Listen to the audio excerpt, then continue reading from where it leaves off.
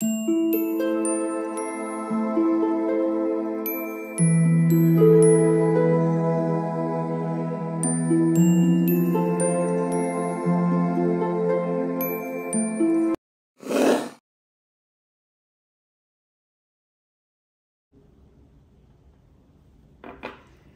All of you, welcome back to my channel. मैं आज आप लोगों के लिए लेकर आ चुकी हूँ एक कलेक्टिव रीडिंग जिसका टॉपिक रहने वाला है the messages you need right now.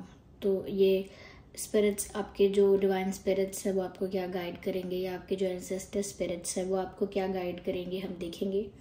और किस मैसेज की आपको इस वक्त आवश्यकता है ये हम देखेंगे यहाँ पर। और अगर आप इस वीडियो तक पहुँचे हैं तो कितने भी समय बाद क्यों ना पहुँचे हों, अगर आप इस वीडियो को देख रहे हैं, मुझे सुन रहे हैं, तो डेफिनेटली यहाँ पर कोई ना कोई मैसेज आपके लिए है, तभी आप इस वीडियो तक पहुँचे। If you are watching this video, this is for you. Okay, सभी ज़ोडिएक साइंस के लिए है, हर उम्र के व्यक्ति के लिए है, टाइमलेस है। ओके, जब भी देखेंगे तभी रेजोनेट करेगा। लेकिन जनरल रीडिंग है, कलेक्टिव रीडिंग है, सभी के लिए मैसेजेस आएंगे। इसीलिए जितना आपके साथ रेजोनेट होता है उतना ही एक्सेप्ट कीजिए और ज़बरदस्ती अपने आप को रीडिंग में फिट इन करने की कोशिश मत कीजिएगा। आइए देखते हैं किस मैसेज की आपको इस वक्त ज़रूरत है। The messages you need right now. Okay, so we will pick like that. Okay, so we have this broken arrow and then we have this graceful in movement. Well, we have this. Okay, take time. Okay. We have enough cards. We will take more if we need them.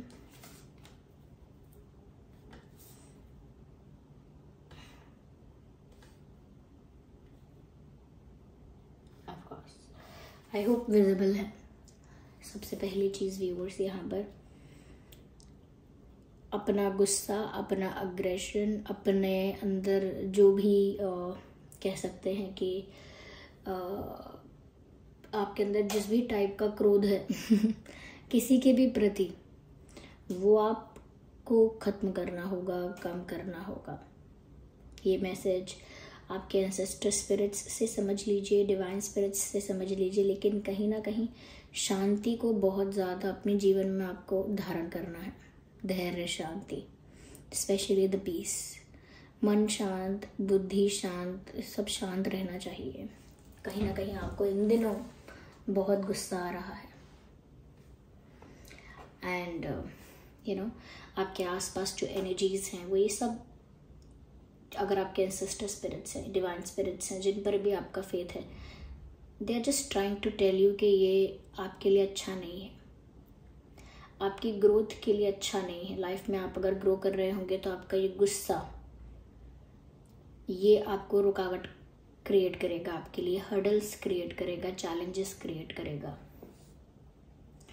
कहीं ना कहीं किसी भी तरह से verbally हो, कैसे भी हो, बिल्कुल भी अटैकिंग मोड में नहीं रहना है। Be in a defensive mode.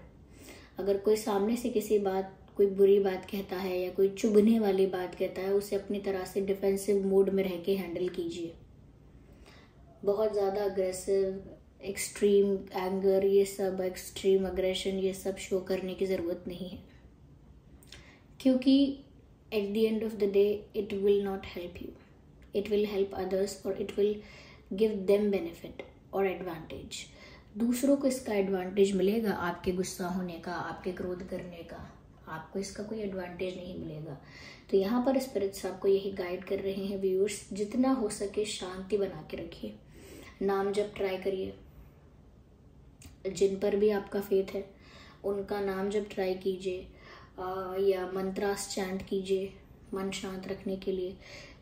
ये ब्रीदिंग वाली जो योगा है ये कीजिए, ब्रीदिंग एक्सरसाइजेस जो होते हैं दिमाग को शांत रखने के लिए। मेडिटेट करना चाहते हैं वो कीजिए। डू दीज थिंग्स, ओके, क्योंकि यहाँ पर आपका मन जितना शांत रहेगा उतना आपके लिए बेनिफिट है। लव लाइफ में कहिए, करियर में कहिए, किसी भी चीज़ में कहिए, there will be benefits for you.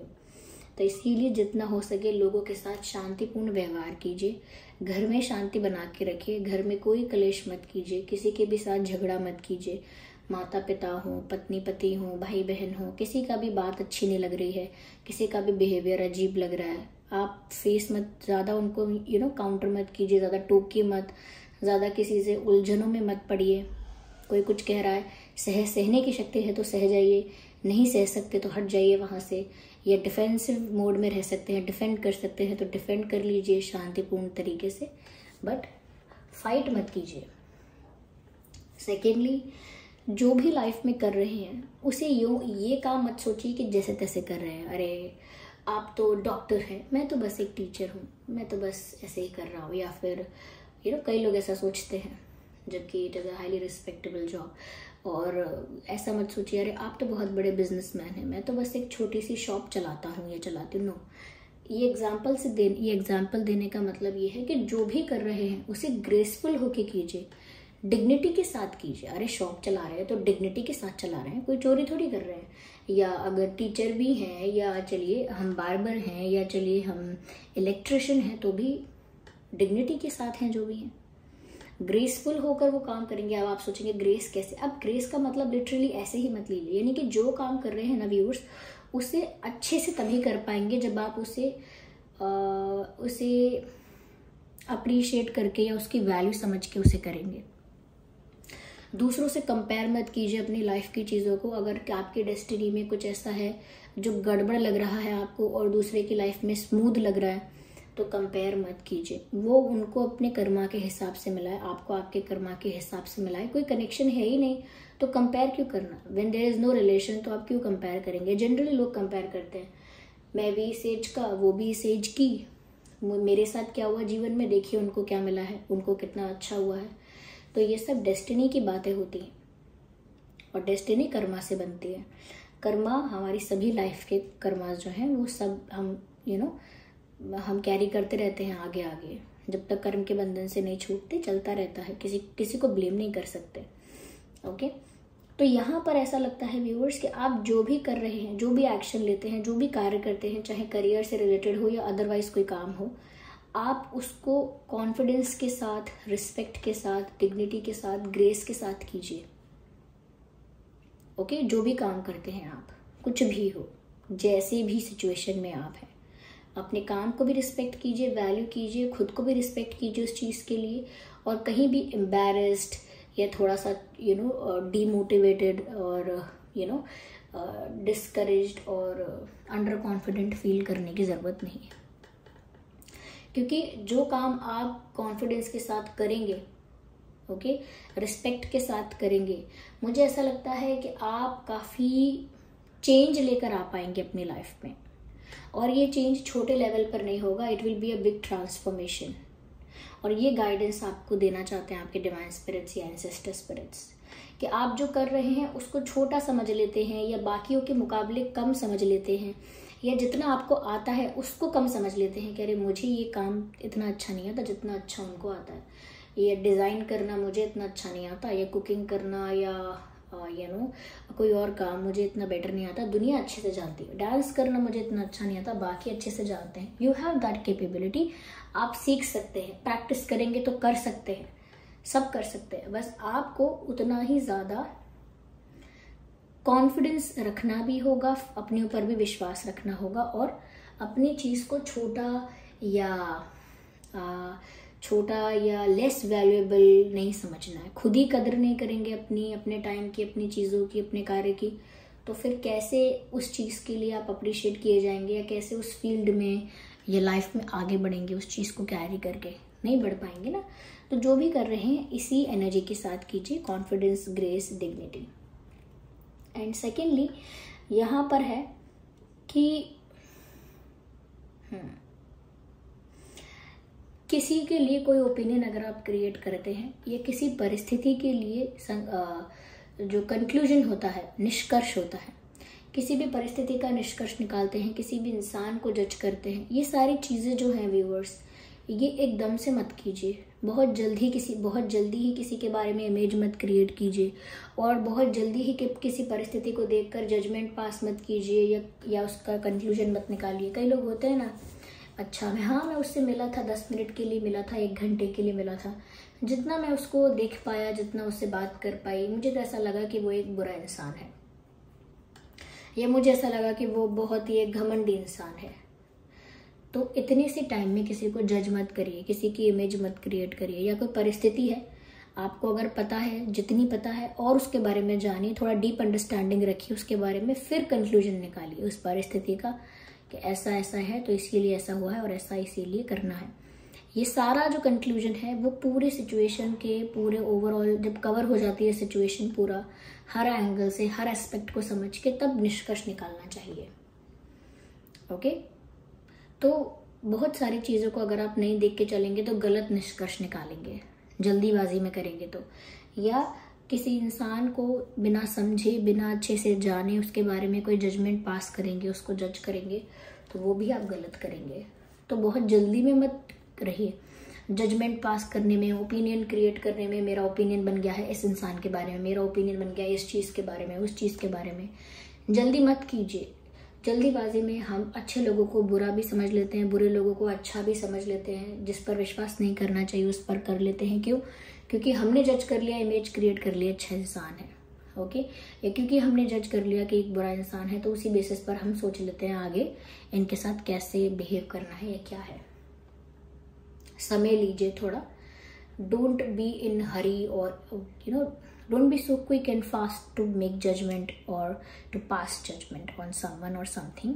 यहाँ पर एक चीज़ ये भी है व्यूअर्स, कोई आपसे कुछ कहता है, करने के लिए कहता है, बताने के लिए कहता है, या रिस्पॉन्स आपका मांगता है, रिप्लाई आपका मांगता है, तो आपको सोच समझ के चीज़ें करनी है, तो भी जल्दी में नहीं कहना है। सपोज ऐसा देखा होगा आपने, गुस्से में लोग चैलेंजेस देते हैं, अच्छा तेरे में हिम्मत है ना तो करके दिखाना ये। कोई ज़रूरत नहीं है गुस्से में चैलेंजेस लेने की। या आप इमोशनल होते हैं तो लोग आपसे वादे करते हैं, या आप इमोशनल होते हैं तो कहीं ना कहीं अपने सीक्रेट्स शेयर कर देते हैं, ये सोच कर के अब ये इंसान मुझे चुप करा रहा है, मेरा दुख बांट रहा है तो अच्छा होगा। अपना दुख बता देते हैं, सब कुछ सीक्रेट्स वगैरह, बाद में आपका रोना तो बंद हो जाता है, लेकिन वो बात बाहर चली जाती है, ओके। या और भी बात हो सकती है, कोई आपको गुस्सा दिलाए, या कोई ज़्यादा आपको पैम्पर करे, आपकी ईगो को ज़्यादा बूस्ट करे और आपसे कुछ प्रॉमिस ले ले, या कहीं ना कहीं आपका कोई एडवांटेज ले ले, ऐसा हो सकता है। तो ऐसा हो रहा होगा भी, तभी यहाँ पर एक गाइडेंस आपके लिए आई है कि व्यूअर्स, ना किसी को रिस्पॉन्स रिप्लाई करिए जल्दी में, ना किसी के बारे में ओपिनियन या जजमेंट पास कीजिए जल्दी में। आपकी जो जल्दी में रिएक्ट और रिस्पॉन्ड करने की आदत है, जल्दी में जो ओपिनियन क्रिएट करने की आदत है कि फटाफट डिसाइड हो गया, वो अच्छी आदत नहीं है। If you have that habit, अगर आपकी सच में ऐसी आदत है तो आपके लिए है ये कि आपको सब्र से काम लेना होगा, पेशेंस रखना होगा। There is lack of patience, patience की बहुत कमी है।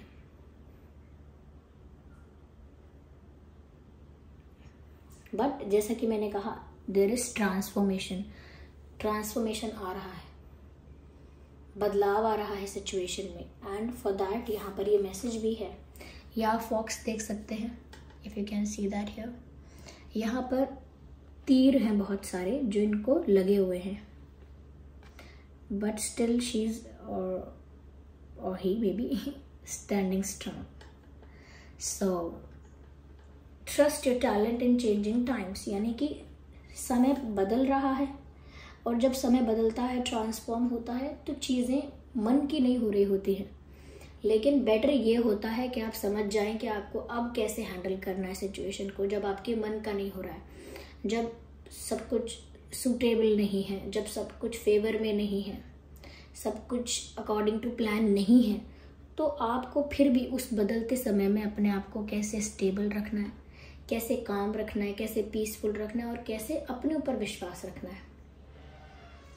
जब समय बदलता है, लोग कहते हैं कि अच्छे अच्छे दोस्त साथ छोड़कर चले जाते हैं, इवन माता पिता भी कभी कभी साथ नहीं देते हैं जब समय खराब आता है। तो जब समय खराब आता है ना व्यूअर्स, तभी अपने अंदर की जो विल पावर होती है, अपने अंदर की जो कैपेबिलिटी होती है, और जो क्षमता अपने अंदर होती है, उस पर विश्वास करना पड़ता है कि मुझे मेरी विल पावर पर विश्वास है कि मैं अभी भी इस सिचुएशन में हार ना मानूं, या कुछ करके दिखाऊं, या कहीं ना कहीं मुझे अपनी कैपेसिटी पर विश्वास है कि मैं कितना आगे तक जा सकता हूँ, कितना कुछ और कर सकता हूँ, कर सकती हूँ। मुझे अपने ऊपर विश्वास है कि मैं इस परिस्थिति से बाहर आ सकता हूँ, आ सकती हूँ। तो यहाँ पर वो क्यों विश्वास है? चाहे कितने भी लोग साथ छोड़कर चले गए हों, I can manage, I can fix it and I will fix it.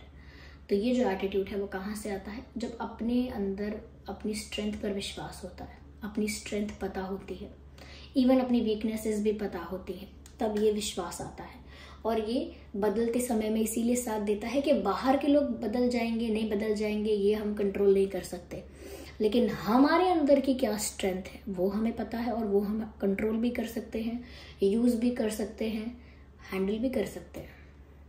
तो आपके खुद के अंदर का जो टैलेंट है, आपके खुद के अंदर का जो स्किल है, पावर है, कैपेबिलिटी है, विल पावर है, वही आपको प्रोटेक्ट करके रखेगा चेंजिंग टाइम्स में। और चेंजिंग टाइम्स का मतलब ये नहीं बहुत ही बुरा समय है, ऑफ कोर्स नॉट, बुरा नहीं है, लेकिन छोटे छोटे एक्शंस अगर आप गलत करने लगेंगे तो ये कंप्लीटली बुरा दिखेगा। अगर आप एक ड्राइंग कर रहे हैं, थोड़ी सी यहाँ मिस्टेक हो गई तो ठीक है, लोग इतना नोटिस नहीं करेंगे, थोड़ी सी वहाँ मिस्टेक हो गई, थोड़ी सी यहाँ हो गई, छोटी छोटी कई सारी मिस्टेक्स करेंगे तो वो विजिबल हो जाएंगी। इसीलिए छोटे छोटे स्टेप्स में ही अपने आप को संभालें। So this was the reading. I hope ये रीडिंग आपके लिए हेल्पफुल रही है। चलिए मिलते हैं अगली रीडिंग में, तब तक के लिए bye bye family, take care.